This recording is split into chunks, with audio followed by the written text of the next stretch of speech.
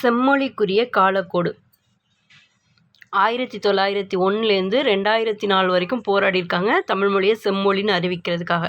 1901 மதுரை தமிழ்ச்சங்க இதழ் செந்தமிழில் பரிதிமாற் கலைஞரோட உயர்தனி செம்மொழி அப்படின்ற கட்டுரை வெளியிடப்பட்டது.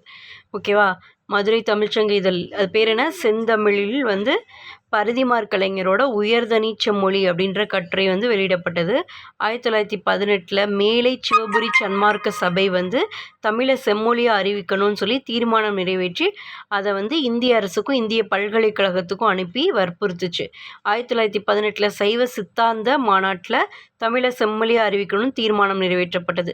1919 கரந்தை தமிழ்ச்சங்கத்தில் தமிழை செம்மொழியாக அறிவிக்கணும்னு சொல்லி தீர்மானம் நிறைவேற்றப்பட்டது.